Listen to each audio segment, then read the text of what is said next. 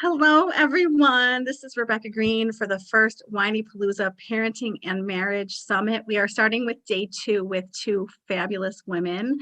I feel so privileged to have you two here and for you two to start the day. We have Elaine Taylor-Klaus and Diane Dempster.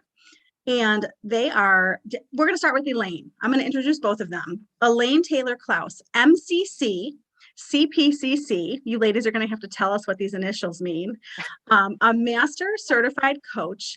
Elaine helps parents stay sane while raising complex kids. She is also a certified coactive coach, public speaker, author, educator, and co-founder of impactparents.com.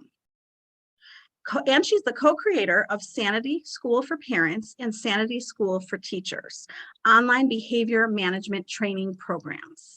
Moving on to Diane Dempster, MHSA, CPC, PCC, is a certified professional coach, author, speaker, educator, and co-founder of Impact ADHD, now called Impact Parents.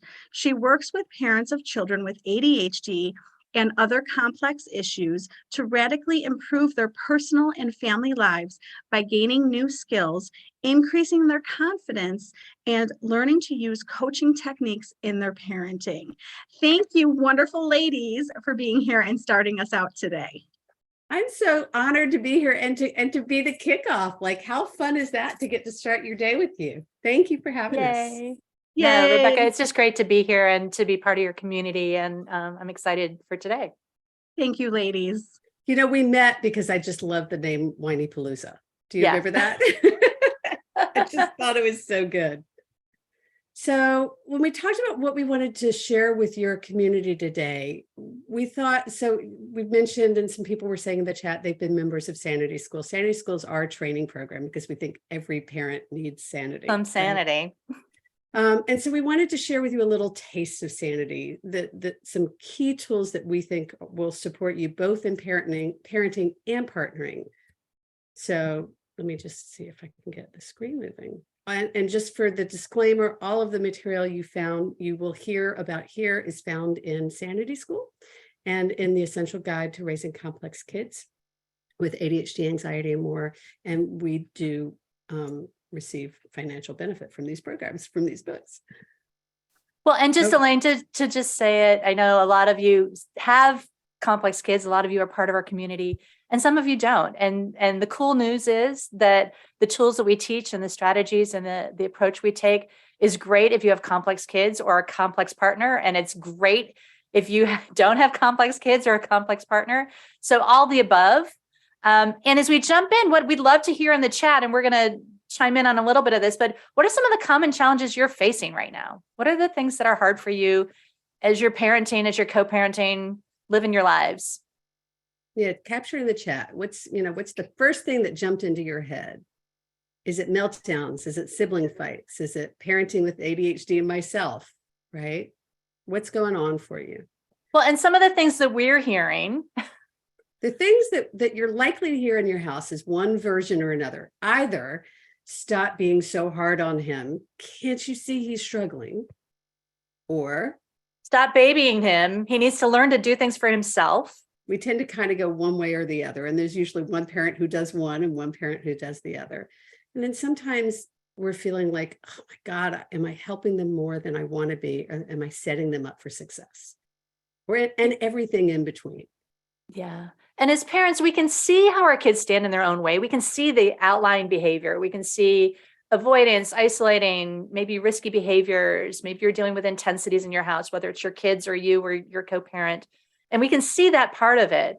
But the question is, can you see how you as a parent might contribute to that dynamic? And this is really what we want to turn your focus to today, is I know there's a lot of talk about our partners and our kids, and we really want to bring your focus to yourself, right? What's the role that you're playing? We'd like to introduce you to our avatars. This is Denying Dan and Bootstraps Bill and Anxious Ava and Fix It Fran and Lost Lois. All of us Sue the Supermom. Kids. There's Sue the Supermom, Nagging Nan, Andy Angry, right? All of us show up in different ways in our households, in our families, in our relationships. And that's normal, right? We're not always going to be at our highest, best self. Well, and you And might be all of these, or you might be one of these, sometimes. And the goal is not to be this all the time, but to become aware of how we're reacting so that we can become more intentional about how we respond.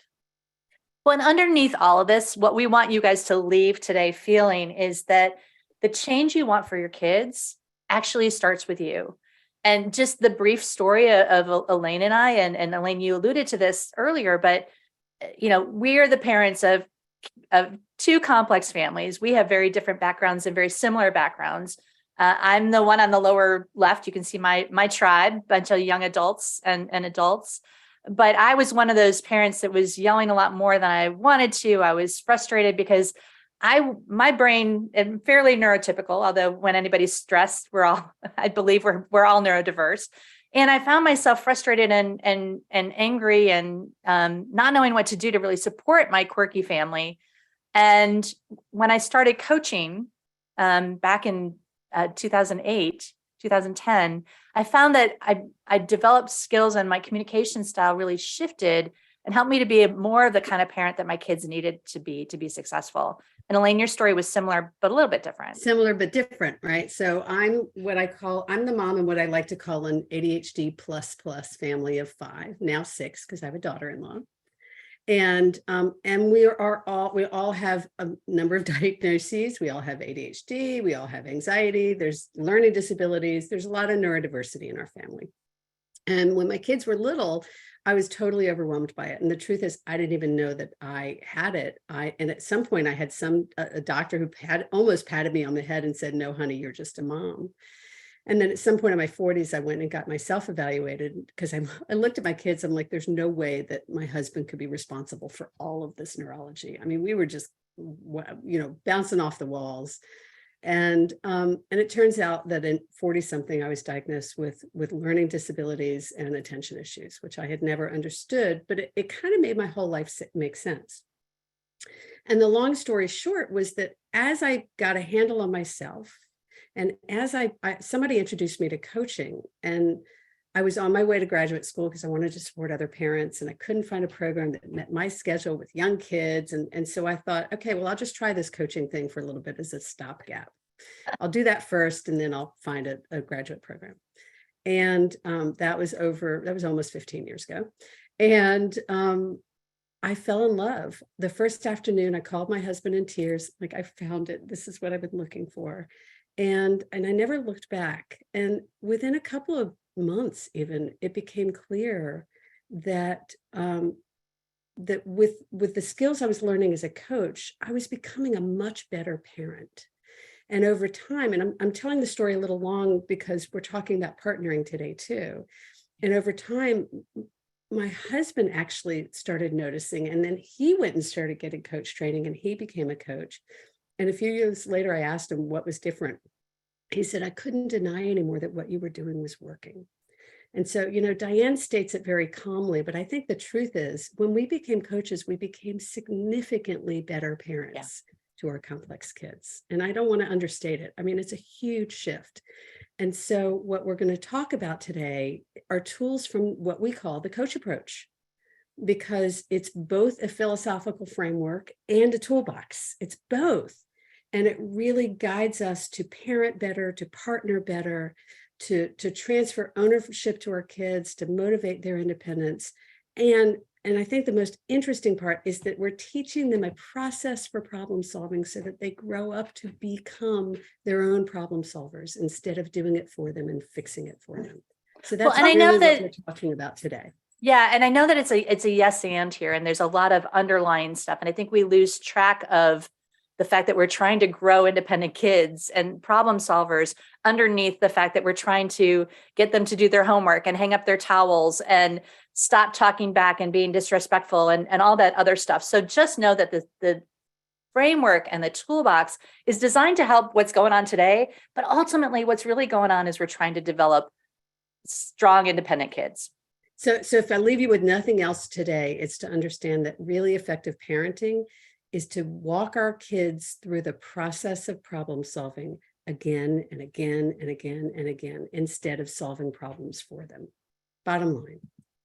Okay, so there is a methodology here, there is a model, and you can see it's pretty simple. And the goal here is to keep it simple enough to be able to use it. And a lot of times in our community, parents will say, oh yeah, I just got to go back to the model. So we're not going to go through the model today, but we do want you to know that there's a framework for what we're teaching. And what we're going to talk about today, you can see these 4 boxes. These are the 4 cornerstones. And we've pulled a few key tools from each of the cornerstones that we're going to teach you today. Well, and we Okay. call these core competencies, fancy word, right? But the reality is we're trying to build a toolbox, and we're trying to have, if you're in a family, the challenges you have today are not the challenges you have this afternoon, and they're not the challenges you have next week. And so what you want is not a set of solutions. When this happens, do this. When this happens, do that. You really want a toolbox, because it's going to help you regardless of what the challenge du jour is. And so we're talking about 8 specific things here. This is a classic coaching wheel. It's a tool for really looking at how things are and how you feel about your competency in these areas. So as we're going right now, so today, let me specify. So it's Yeah. a tool for, like, what's your level of satisfaction with how you're doing with these things right now? And if you answered this or looked at this wheel next week or last week, you'd probably answer it differently. And that's okay. It's just about, you've heard the term metacognition when we're talking about kids. It's about raising your awareness to how are you in relation to these 8 areas that we're going to talk about today. Ready? Yep. Okay. So on a scale, you were starting to say, and I interrupted. Oh, I was starting to say, I'm so the ADD one, if you haven't noticed. as we go through these, evaluate, kind of take a snapshot and say, how am I feeling about how I'm doing with each one of these? Am I at a 0 or at a 10 in terms of my satisfaction? No judgment, but just an acknowledgement as a way to really look at where might you want to focus your efforts from here. Well, and the beauty when you're done is you can kind of, if I'm at a 3 here and a 5 there and a 7 there, you begin to see where the rocky stops are on the road, and it helps you begin to level it out. Okay, so let's talk about taking aim. Transferring ownership and control, one step at a time. As we said earlier, we've all got a million challenges every day. And what ends up happening for us as parents is that we're trying to tackle all these things at once. And often we don't do such a great job at any one of them. And so what we want to challenge you to do is you're looking at the challenges and the behavior changes you're looking for, the situations you want to improve, is to start by taking aim. And taking aim is about looking at what's really going on and narrowing in so that you can avoid the distraction of the million things going on, to really just give yourself permission to go, okay, wait, I'm just focused on this right now. Well, and I'm noticing in the chat, Jamie's saying delegate, delegate, delegate. And there's definitely part of this that's about delegation. And more what we're talking about is that, there are a million things that you've got to handle and that you're responsible for. And there are a million things you want to teach your kids. I know that when my kids were little, at one point I put a one of those reward charts together with like 30 things I wanted them to accomplish in a day. It was just absurd. It was way too much. There's a picture of that original chart in the book. And so what we are talking about is really simplifying and focusing on one thing to take aim on at a time, one thing to foster ownership at a time, one place for them to become more independent while we kind of let go or scaffold the rest while we support the other things so that they're really gaining independence and can focus on one thing at a time. And a lot of times clients will say to us, or parents will say to us, how do I focus on one thing when there's so many things going on, where there's so many needs? And the truth is that when you give yourself permission to really focus on one area of fostering independence, it lightens the load. You stop feeling like, well, but they should be able to do this and this and this and this. And you start feeling like, okay, right now they're only working on this one thing. And it takes the pressure off of everybody and really allows you to get some success going. And the success breeds more success. What else would you add? No, I think that's right. And it's the key of where to start, because so many times we don't even have any idea, what do I do first? Right. And Pick if you something. don't know, take aim. And if you're not sure where to take aim on something that takes the stress off you.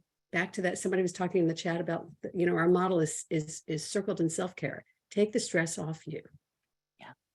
The Okay. second concept is something we call, and we didn't coin this, we got to give somebody else credit for, is it naughty or neurological?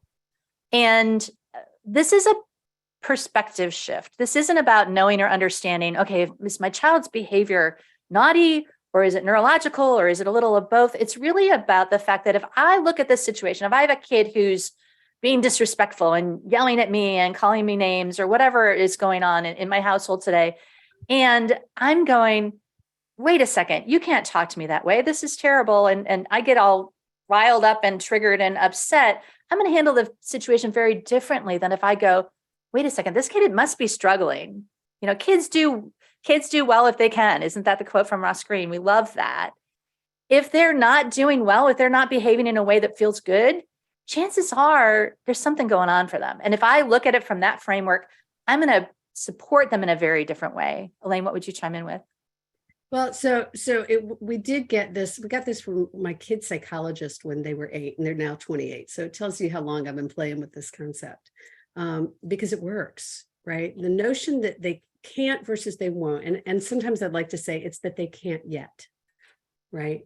It's that developmentally they may not be ready yet, but that doesn't mean that they won't ever. It just means that they're not ready to yet. And so when we look at a kid's behavior, I was just talking to a couple yesterday who was saying, well, you know, he can't get his work done. No, he won't get his work done. He won't do whatever it was that was expected. It's like, well, is he able to? Do you have all the pieces in place to set him up for success? Does he know what it takes to be successful? So when we can assume best intention and look at terms of that, it's not that they won't, but it's that they can't yet. It changes our ability to support them and problem solve with them. The next one is called raise the bar from where they are. And this happens all the time. Parents are looking at their kid and they're like, but they're in 6th grade. They should be able to do this. Or they're going off to college next year. They're going to have to be able to do this on their own. And we end up trying to drag our kids to where we think they should be instead of figuring out, well, where are they? What can they do independently?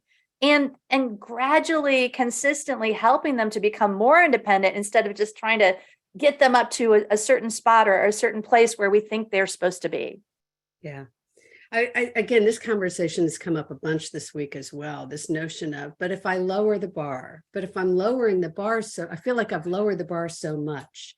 And it's not about lowering the bar. It's about meeting them where they are and setting the next bar reasonably. Because if we set the bar too high for too long, at some point, they're just going to give up and say, why should I bother?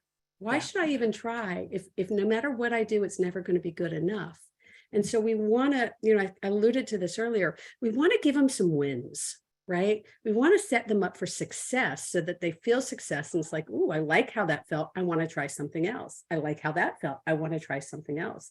And the solutions are in those successes. And so we really, really, really want to meet them wherever they are developmentally. And if you've got complex kids, they tend to be 3 to 5 years behind their same age peers in some parts of their development. So we want to meet them where they are developmentally, not in terms of their age, but in terms of their development, and then invite them to take the next step and the next step and the next step from there. Well, and I'm watching the chat. I mean, this is about setting realistic expectations. And the thing I always say about realistic expectations, because parents will say, but that one time he did it, or he can do it when he's gaming, or he can do it when he's really interested. If your child's not doing something independently 80% of the time, that's not the bar, right? That's not realistic. You want to find the thing that they can do 80% of the time independently and set the bar there and raise it from there. I want to say one more thing, because Sanjay is saying that raise the bar because the bar was high when we were kids and times are different now. I would argue that the bar is higher for them now than it ever was when we were kids. There's so much more expected of them. There's so much more information coming at them for them to process. Their exposure to the world is so much more sophisticated. They've got a lot more to process than we did when we were kids. So we need to kind of slow it down a little bit and give them a chance to process and be with where they are before we move them to the next stage. All right, I'm going to watch our time because this is a good one. All right. Yeah. So this one is understanding and using motivation. And, you know, parents come to us all the time and say, my kid's just not motivated. And part of that comes from the thing we were just talking about, because If the bar was too high, they're going to get demotivated because it's going to be really hard to do the thing that we're expecting them to do if they can't. And motivation is key to the complex brain. It's this sort of, if the complex brain is not genuinely interested in something, it's going to be really hard for that brain to get anything done.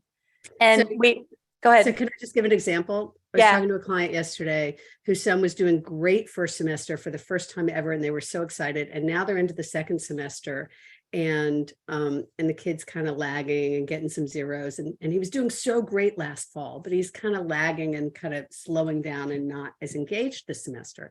And so we started talking about these 5 motivators, and we realized, oops, that this is a kid who's motivated by novelty.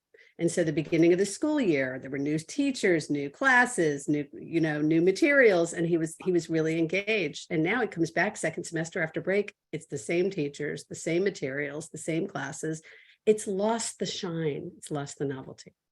So there's a couple of things in here. One is the just get it done button on the right, which is that the ADHD or complex brain doesn't have a just get it done button like most neurotypical people do. And that there are 5 things that actually motivate the brain: play, interest, novelty, competition, and hurry up. And I don't know, Elaine, we don't want to go through all these, but I do want to talk about hurry up. I want to go through all of them quickly. Can I do it super quick? Sure. Okay, so play in that realm is also creativity and humor. So that whole realm of the creative world. Interest could be interest in teachers or interest in a subject, something that gets their attention. Novelty, I just talked about. Competition, I also think sometimes it's connection. So it has to do with being in what their relation is to others, whether it's connection or competition. And then hurry up is, we also call it urgency. And you can explain what's going on there. Well, and so hurry up is about actually using a different part of our brain to motivate. It's either, oh my gosh, it's going to be late. I create, I go back into my amygdala, or, oh my gosh, I'm going to get in trouble, is also an urgency sort of thing.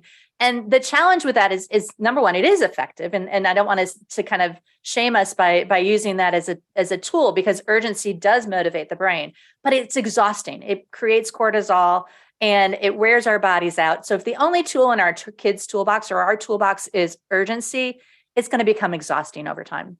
So you don't want it to be their only tool in the toolbox, but understand that it's a legitimate tool to use, and that sometimes waiting to the last minute to get something done is a great way for them to get activated to get something done. So try not to demonize it and invite them to learn to use some of these other motivators as well. Wendy's saying that neither her kids wanted to go back after break. It's like, it's boring. It's like the same thing. If you give me a new teacher, you give me a new class, I'm all excited to go back. But if it's the same thing as it was last semester, nope, not interested. All right. So I'm watching our time. The next one is called create the tone. We call it the tone of the home. And this is one of those concepts. It's more of a concept than a tool that some people in our community, it's like the thing that helps them really begin to integrate the coach approach. Because the notion here is that you create the tone of the home. And most of us, a lot of us feel like, well, my kid's having tantrums, my kid's bouncing off the walls, and we feel like our kids are setting the tone. But the truth is, it's up to us, and we have the capacity to set the tone of our homes, to decide what kind of home we want. Do we want it to be playful? Do we want it to be a home where people have dinner together and play together? Do we want it to be a home where people are yelling?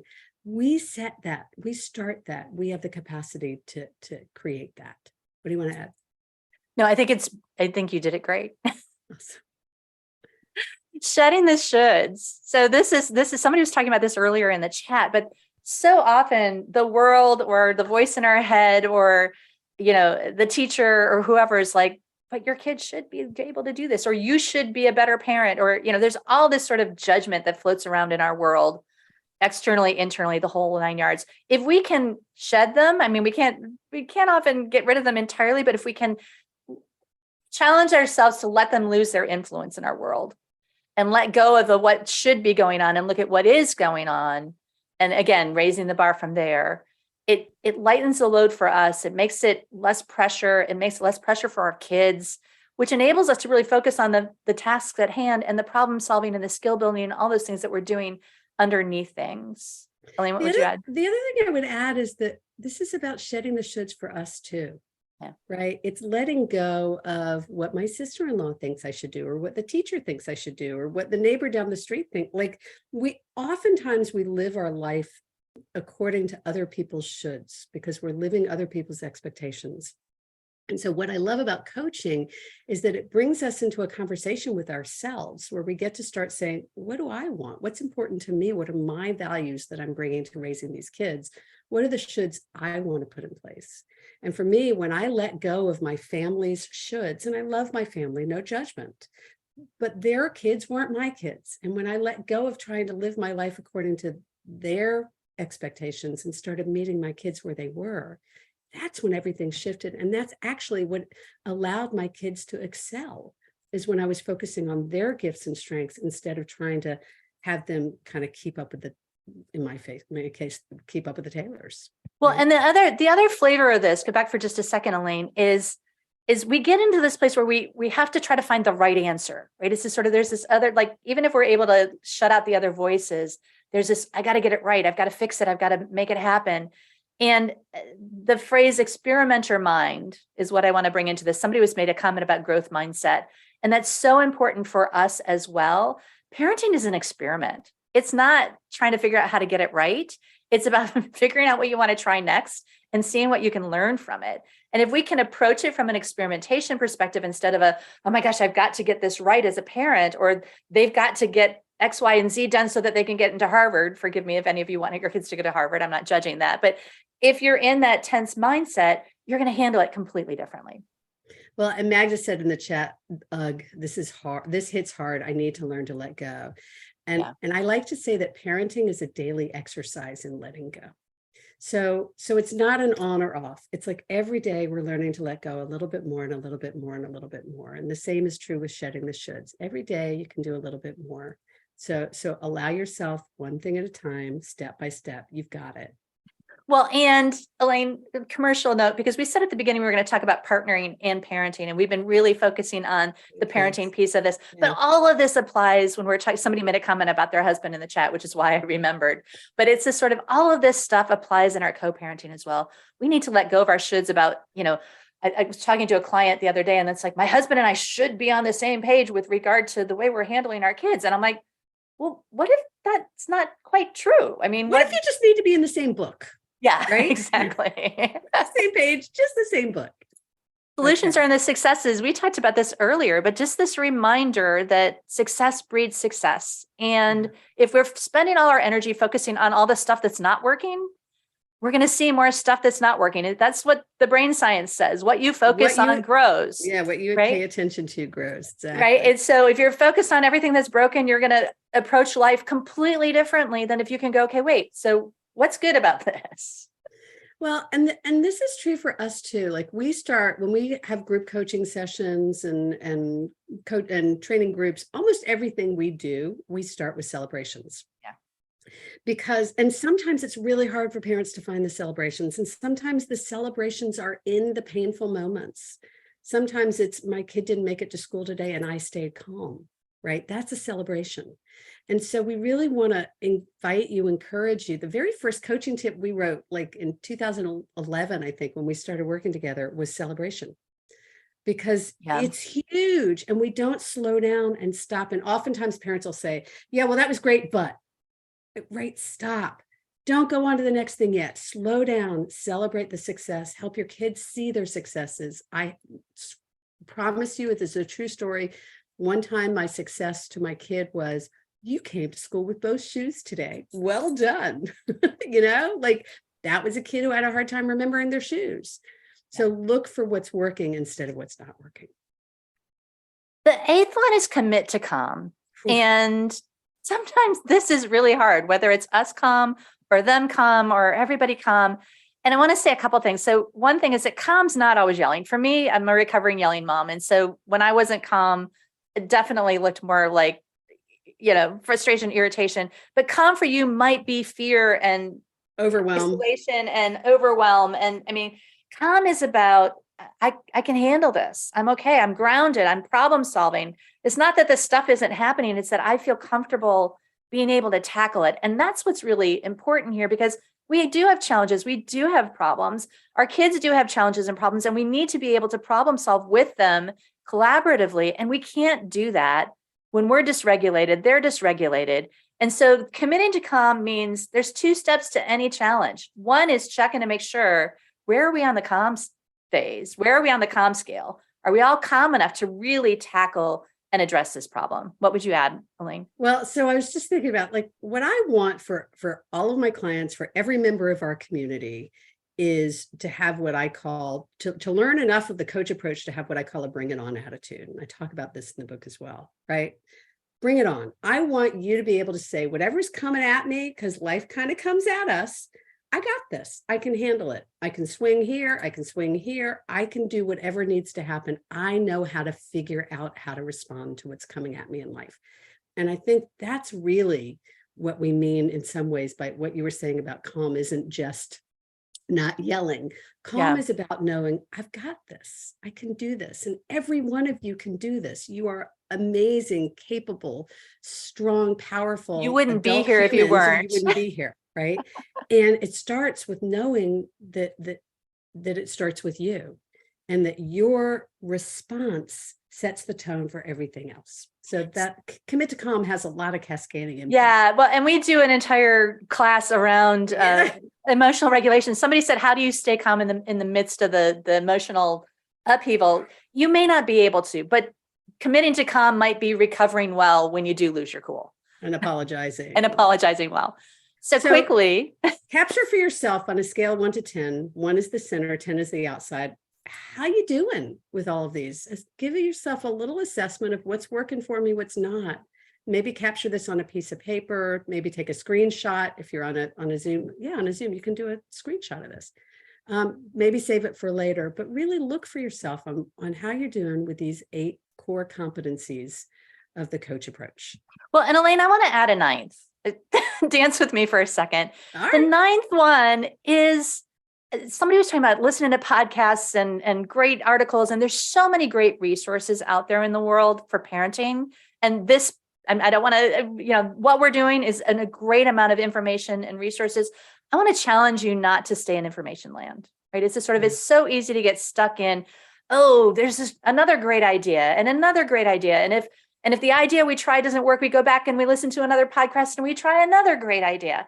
And I want to challenge you all to avoid that trap and begin to focus on, how do I begin to try some of this? How do I begin to put some of this into practice?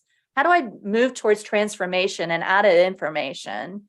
But that's my 9th. On that journey we talk about is there's information, then there's implementation, then there's integration, and then there's transformation. So you want to, what I think Diane's challenging you to do is to move from information, keep yourself moving forward, slow down, give yourself permission to use what you're learning here today. And you're going to learn a lot of information here today. So we always in our sessions, I'm going to do it here to say, what's one gem you're taking away from this today? What's one insight?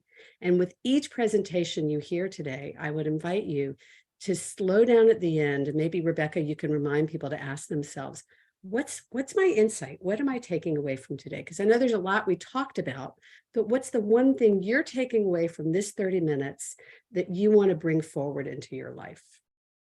And as a reminder, all of our material is all of this material and more comes from Sanity School and the Essential Guide. And we have a parent guide for you. If you're interested and you like this coach approach, you can go to impactparents.com/whiny.